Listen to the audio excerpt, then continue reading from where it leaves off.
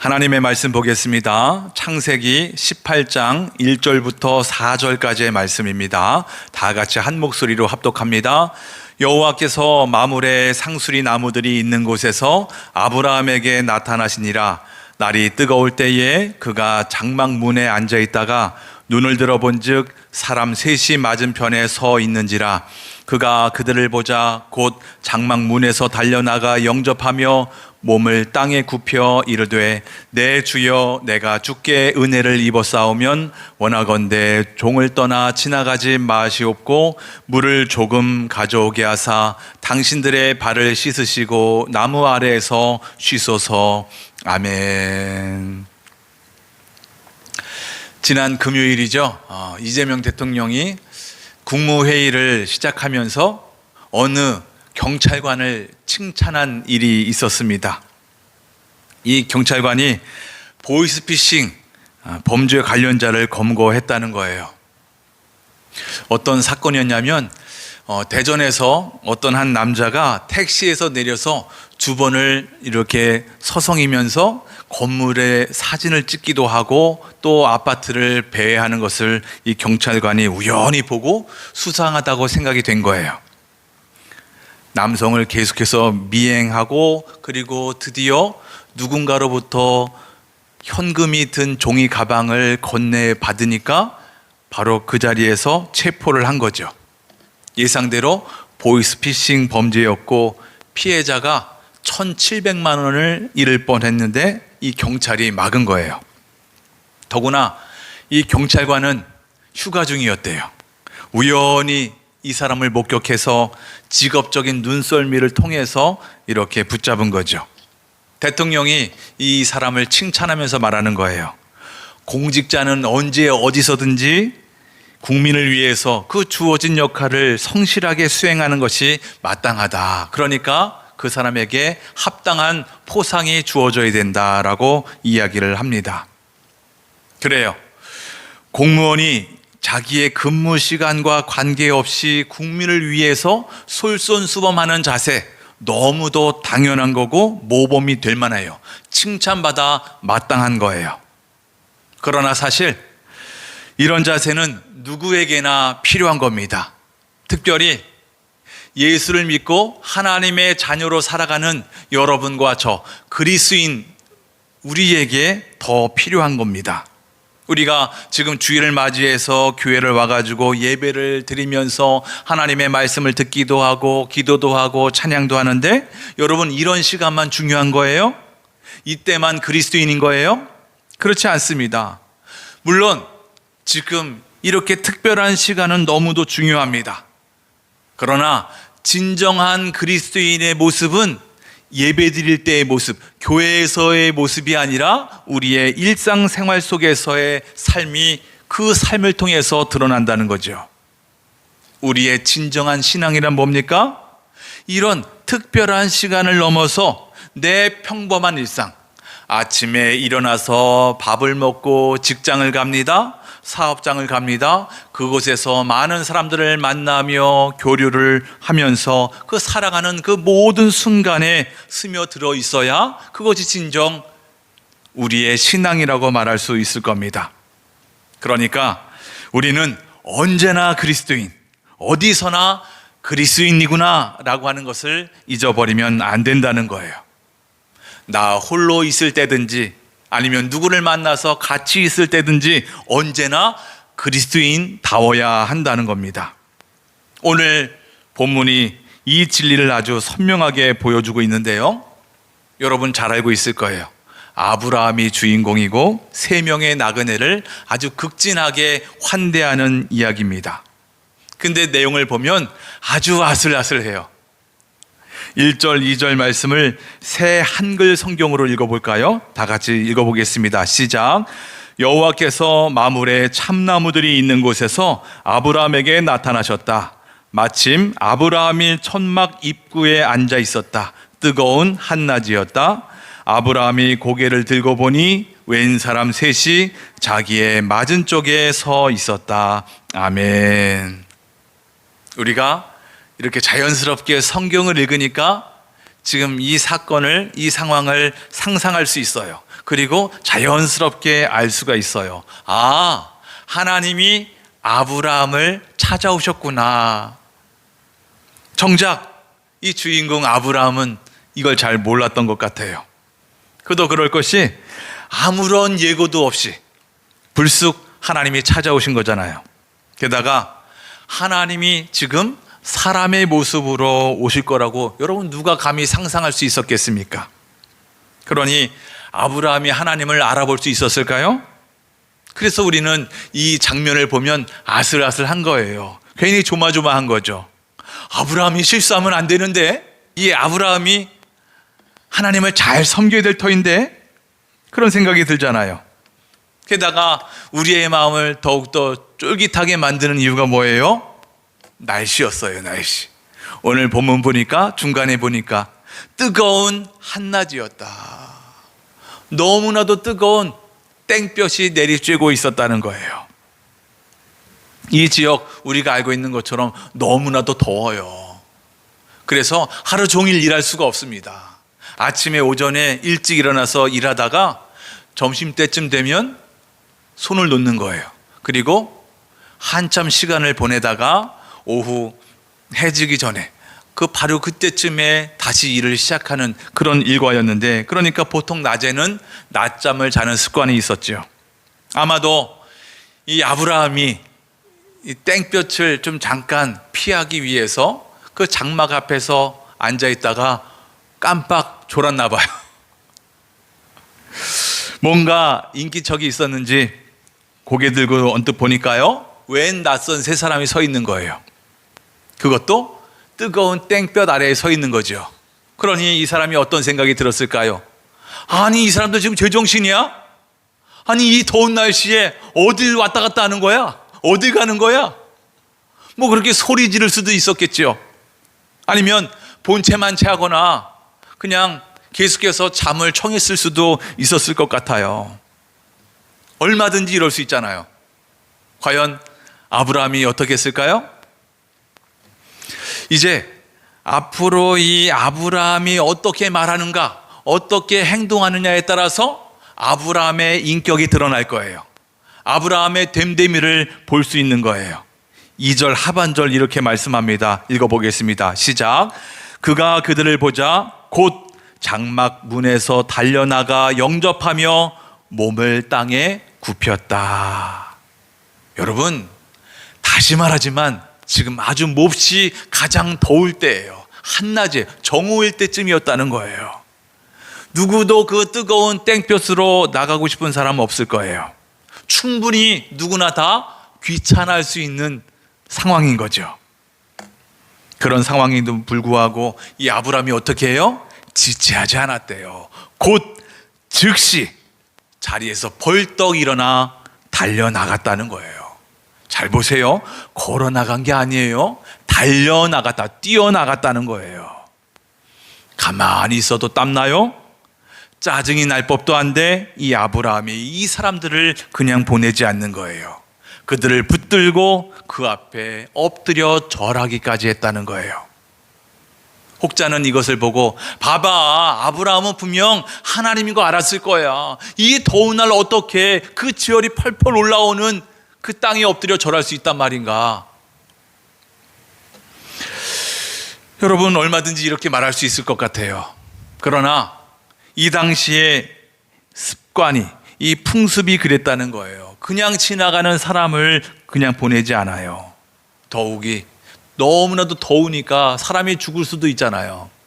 그래서 이 당시에는 그냥 낮에 지나가는 사람 그냥 지나가지 않게 하고 계속해서 이 생명을 구하는 일이 될 수도 있기 때문에 누구든지 자기의 장막으로 이렇게 지나가게 되면 쉬고 먹고 마시게 해줄 수 있는 그런 미덕을 가지고 있었다는 거예요. 오히려 환대하지 않은 것을 이상하게 생각할 수 있는 그런 습관이 있었다는 것이죠. 그럼에도 이렇게까지 최대한 이 예의를 갖추어서, 다시 말씀드리지만 그 땅바닥이 얼마나 뜨거워요. 거기에 엎드려 절한다. 여러분, 쉽지 않습니다. 쉽지 않아요. 그죠? 이것을 그냥 단순히 그 당시에 아름다운 풍습이었어 라고 그냥 치부하기에는 보통 쉽지 않은 일이라는 거예요. 너무도 귀한 일이라는 거죠. 여러분, 계속되는 이 사람의 말과 행동을 보세요.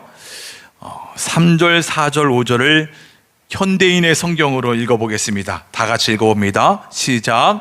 이렇게 말하였다. 내 주여, 내가 주께 은혜를 입었다면 주의 종을 그냥 지나가지 마소서. 물을 조금 가져올 테니 발을 씻으시고 이 나무 아래 쉬소서.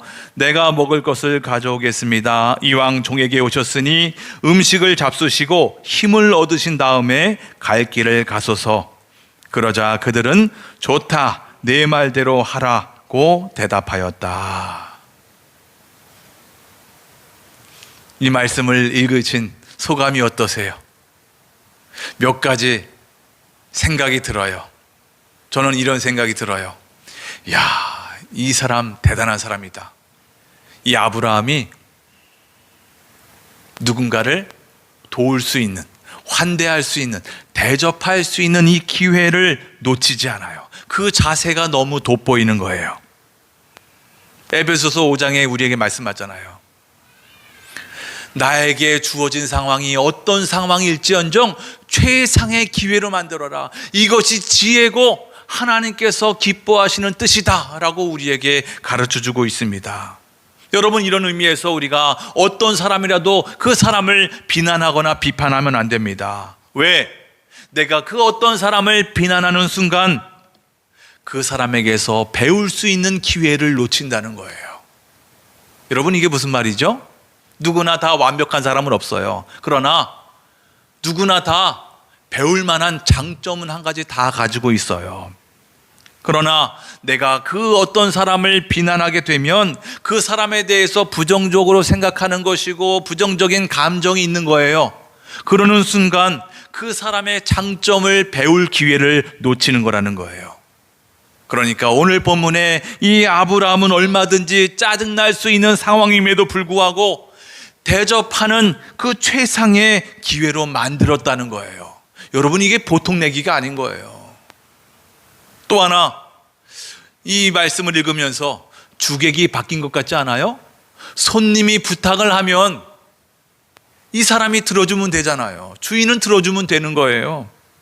여러분, 누군가의 요청을 들어준 것만 해도 이 아브라함은 얼마든지 좋은 사람으로 평가받을 수가 있어요. 근데 지금 오늘 말씀을 보니까 오히려 대접하는 게 무슨 어떤 큰 특권인 양 대접하게 해달라고 간청하고 있잖아요. 역시나 이런 것 때문에 혹자는 봐라, 아브라함은 분명 이 사람들이 하나님인 거 분명히 알 거다 라고 이야기를 해요. 아무리 하나님이 사람으로 변장했어도 그분의 위엄까지는 숨길 수 없었을 거다라는 거죠. 다시 말씀드리지만 얼마든지 일리가 있는 말이에요. 그만큼 이 아브라함의 환대가 너무도 지나치다는 거죠. 우리의 상식을 뛰어넘는다는 거죠. 여러분, 근데 만약에 이 아브라함이 하나님이 아닌 그저 나그네로 알고 환대했다면 이 아브라함을 어떻게 평가할 수 있을까요? 이 너무나도 중요한 질문인 거예요. 여러분, 그거 아세요? 오늘 이 본문의 이 아브라함의 언행을 하나님이 얼마나 기뻐하셨을지 한번 상상을 해보세요. 여러분, 성경에서는 우리에게 말씀합니다. 구약이든 신약이든 하나님의 자녀를 향한, 우리를 향한 하나님의 뜻은 하나님 사랑과 이웃 사랑입니다. 하나님을 뜨겁게 사랑하세요. 그 사랑 가지고 여러분의 이웃을 뜨겁게 사랑해 주세요. 여러분, 이것이 한결같은 하나님의 뜻이에요. 그 이웃을 사랑할 수 있는 가장 실천적인 방법이 뭐겠습니까? 어려워하는 사람들을 도와주는 거예요. 남들을 대접하는 거예요. 이 나그네들을 환대하는 거예요. 아브라함은 말씀으로만 이웃을 사랑하지 않았어요. 행동으로 이웃을 사랑한 것을 보여주고 있는 거예요. 여러분, 계속되는 이 말씀을 보세요. 6절, 7절 보면 반복해서 강조하는 단어가 있습니다. 염두에 두면서 읽어볼까요? 다 같이 시작. 아브라함이 급히 장막으로 가서 사라에게 이르되 속히 고운 가루 세 스아를 가져다가 반죽하여 떡을 만들라 하고, 아브라함이 또 가축 떼이는 곳으로 달려가서 기름지고 좋은 송아지를 잡아 하인에게 주니 그가 급히 요리한지라. 상상이 되죠? 아브라함이 바삐 움직이고 있어요. 아브라함은 장정 수백 명의 군사가 있을 정도로 그렇게 종이 많은 사람이었어요. 그런 주인이 직접 이 더운 날에, 찜동 같은 이 더운 날에 뛰어다니고 있다는 거예요. 보세요. 장막으로 급히 뛰어갑니다. 부인에게 빨리 빵을 구우라고. 또 달려가서 좋은 송아지를 직접 잡아오는 거예요. 하인에게 시키는 게 아니라 직접 잡아오고 그것을 하인에게 주었더니 하인이 급히 요리하는 거예요. 그 뜨거운 땡볕이 내리쬐는 그때 이 아브라함이 뛰어다니는 거 상상해 보세요. 상상해 보세요. 또 그의 아내 사라를 상상해 보세요. 그 뜨거운 때 빵을 구우려면 불을 지펴야 돼요. 이열치열이에요? 쪄 죽어요. 또 주인이 이렇게 방방 뛰어다니니 종이 어찌 가만히 있을 수 있겠습니까? 더 뛰어다니겠죠. 눈썹이 휘날릴 정도로 달렸겠죠. 8절도 볼까요? 이렇게 말씀합니다. 다 같이 시작. 아브라함이 엉킨 젖과 우유와 하인이 요리한 송아지를 가져다가 그들 앞에 차려놓고 나무 아래 모셔 섬에 그들이 먹으니라. 여러분, 우리는 계속해서 이 말씀을 읽으면서 상상을 해봐야 돼요. 그 나그네 세 명이 먹는 동안에 이 아브라함이 뭐 하고 있었다고요? 그들 옆에 서 있었다는 거예요. 왜 서 있는 거예요? 웨이터처럼 서 있는 거예요. 뭐 필요한 게 없을까? 유심히 보면서 잘 드시고 계신가? 웨이터처럼 서 있었다는 거예요. 여러분 생각해 보세요. 이 더운 날 그동안 바삐 막 뛰어다니면서 움직였다가 가만히 서 있어 봐요. 땀이 비 오듯 할 거예요. 그만큼 나그네를 향한 이 아브라함의 마음은 진심이었다는 거예요. 최선을 다해서 섬겼다는 거예요.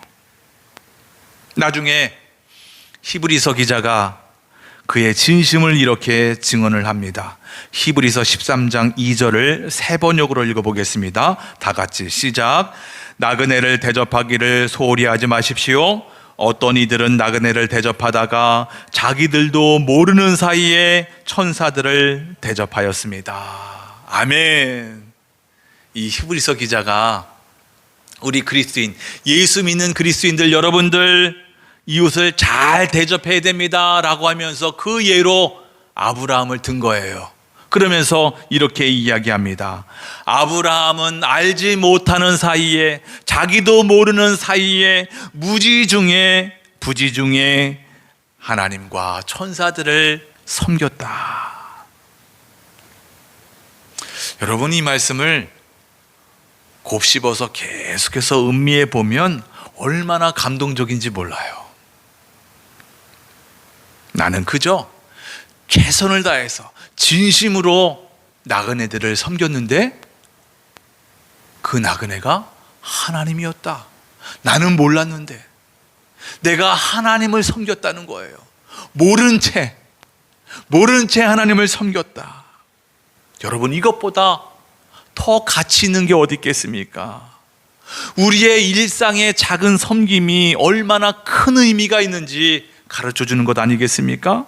우리의 일상생활이 이렇게 중요합니다. 우리가 하나님의 자녀로서 누군가에게 언제나 늘 항상 대접하고 섬기고 베푸는 삶을 살아야 한다는 거죠. 그런데 우리의 자녀들이, 하나님의 자녀들이 이렇게 살면 참 좋을 텐데, 참 좋을 것 같은데 그렇게 살지 못하는 경우가 너무도 많은 것 같아요. 보통 그러잖아요. 저부터도 하나님과의 관계는 너무도 소중하다고 생각하는데 이웃과의 관계는 나도 모르게 조금 소홀히 하는 경향이 있는 것 같아요. 사실 하나님 사랑하는 것, 이웃 사랑하는 것 서로 다른 게 아니잖아요.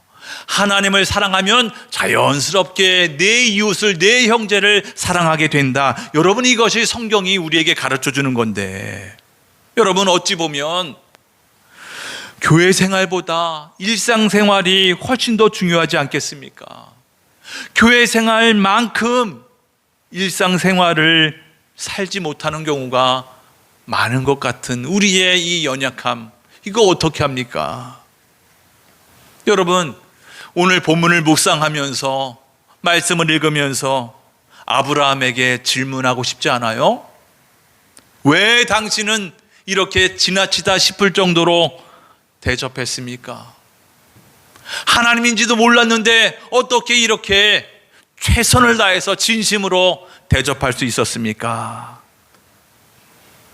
성경에 기록되어 있지 않으니까 정확하게 알 수는 없지만 우리가 문맥을 보면 짐작을 할 수가 있어요. 오늘 말씀이 창세기 18장이었다면 17장에 어떤 일이 있었어요? 아브라함이 99세였고요. 하나님이 수십 년 전에, 오래전에 약속했던 그 약속들을 다시 갱신하고 있습니다. 먼저 이 사람들의 이름을 바꿔주십니다. 아브람, 한 가정의 존귀한 아버지였다가 아브라함, 열국의 아버지로. 사레도 마찬가지예요. 사라로, 열국의 어미로 이름을 바꿔주십니다. 그러면서 오래전에 하셨던 후손이 많아질 거다, 후손이 엄청 많을 것이고 또 내가 가나안 땅을 주게 될 거다, 그 약속을 다시 해주시고 그 언약의 증표로 할례를 받아라 라고 하나님이 말씀해 주십니다. 이 17장 가운데 무엇보다 이 아브라함의 눈을 번쩍이게 하는 핵심 언약이 있어요. 21절입니다. 창세기 17장 21절 다 같이 읽어보겠습니다. 시작.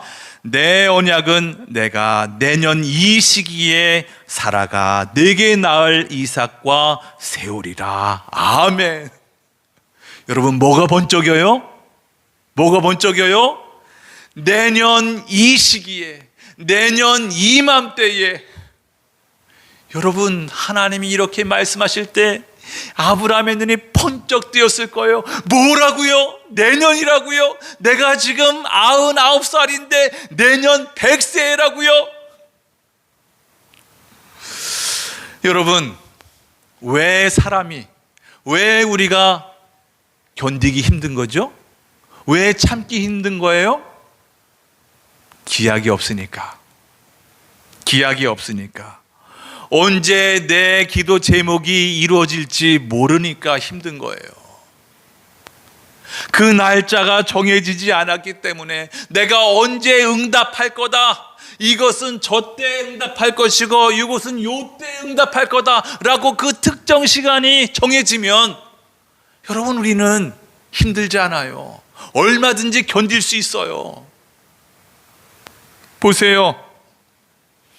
이렇게 말씀하시기 전에 17장 보면 하나님이 아들을 주시겠다고 다시 재차 약속해 주시니까 아브라함이 웃었어요. 왜 웃은 거예요? 하나님이 말씀하셨으니까 믿기는 믿는 건데 실제로는 믿지 못하는 거죠. 왜? 지금까지 수십 년 동안, 아니 오래전에 하나님이 말씀하셨는데 여태까지 이루어지지 않았는데 또 다시 말씀하신들 뭐 이루어지겠어?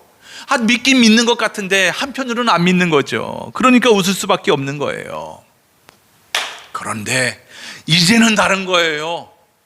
기한이 주어졌잖아요. 내년 이 시기다. 내년 이맘때다. 1년만 참으면 되는 거예요. 이 사람에겐 드디어 이제 희망이 꽃피운 거예요. 드디어 카운트다운이 된 거예요. 아직 약속이 분명 이루어지지 않았어요. 그러나 이제 시간 문제인 거예요. 이제는 다른 거예요. 그동안에 수십 년 동안 기다려왔던 그 시간과는 전혀 다른 1년인 거예요. 카운트다운은 시작된 거예요. 몽롱했던 정신이 번쩍 빛나기 시작하는 거예요. 무기력했던 그 마음에 없던 힘이 솟아난 겁니다. 집중력 폭발인 거예요. 심장이 쿵쾅쿵쾅 뛰기 시작한 거죠. 나도 모르게 맥박이 쿵쾅쿵쾅 뛰기 시작한 거예요. 어제와는 다르게 이제 하루하루가 기대가 되는 거지요. 이야, 드디어 오늘 364일 남았다. 363일 남았다.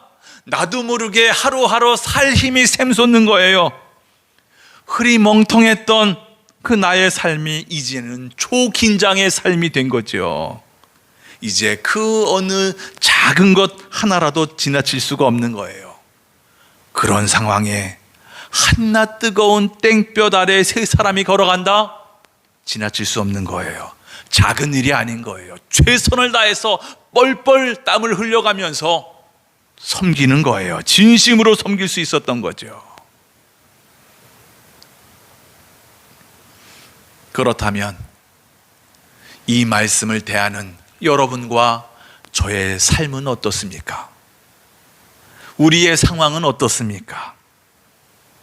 여러분을 향한, 우리를 향한 하나님의 약속은 어떻게 되는 거예요? 얼마나 되는 겁니까? 무궁무진하거든요.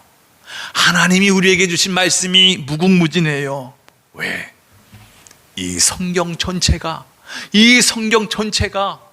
하나님이 우리를 향한 약속의 말씀이기 때문이에요. 그러면 이 수없는 하나님의 약속 말씀이 언제 이루어지는 겁니까? 어떻게 이루어지는 겁니까? 매일매일 순간마다 이루어지고 있는 거예요. 매일매일 나도 모르게 때로는 알면서 계속해서 이 약속의 말씀이 이루어지고 있는 거예요. 이 수없는 하나님의 약속들이 내 삶에서 어제도 오늘도 매 순간 이루어지고 있습니다. 펼쳐지고 있습니다. 그럼 도대체 나는 왜 그것을 실감할 수가 없을까? 왜 실감할 수가 없을까? 도대체 내 관심은 어디에 있는 거야? 하나님께서 이렇게 약속들을 내 삶 속에서 이루어지고 있는데, 펼쳐지고 있는데 여기에 관심하기는커녕 아직까지 이루어지지 않은 다른 약속들에 얽매여 한숨 쉬고 있는 것은 아닌가? 아직도 이 기도 제목이 이루어지지 않았네. 하나님, 이 기도 제목 어떻게 된 거예요? 하나님, 내 기도 들으시는 거 맞아요? 하나님이 멋지게 열어놓은 이 약속의 말씀이 이루어지는 축복의 장은 자꾸 내 눈이 어두워져서 보이지 않는데, 내가 관심하는 것은 언제 이루어지는 겁니까, 주님? 여기에 집중되어 있으니까 내 삶은 자꾸 암흑 같은 거예요. 괴로운 거예요. 한숨만 짓고 있는 거예요. 기억하십시오. 우리가 믿고 고백하는 하나님, 우리가 섬기는 하나님은 여러분보다 똑똑하십니다. 여러분보다 지혜로우신 분입니다. 인정하세요? 고백하세요? 우리 다 함께 두 손을 가슴에 얹고, 하나님이 나보다 지혜로우시다. 우리 진정 믿음으로 고백하겠습니다. 시작. 하나님이 나보다 지혜로우시다. 아멘. 하나님이 나보다 더 똑똑하시다. 시작. 하나님이 나보다 더 똑똑하시다. 아멘. 여러분과 친정 저의 고백이 되길 원합니다. 여러분 기억하십시오. 하나님이 계획하신 응답의 때가 가장 좋은 때입니다. 하나님이 계획하신 응답의 방법이 가장 좋은 방법입니다. 하나님이 계획하신 응답이 우리에게 가장 좋은 것입니다. 계속해서 믿고 고백하고 선포하시기를 바랍니다. 여러분의 믿음이 자랄 겁니다. 나아가서 믿음으로 선포하고 인정하고 고백하면 역사가 일어나게 될 것입니다. 여러분과 저의 일상생활을 통해서 하나님의 역사가 나타나길 주의 이름으로 축복합니다.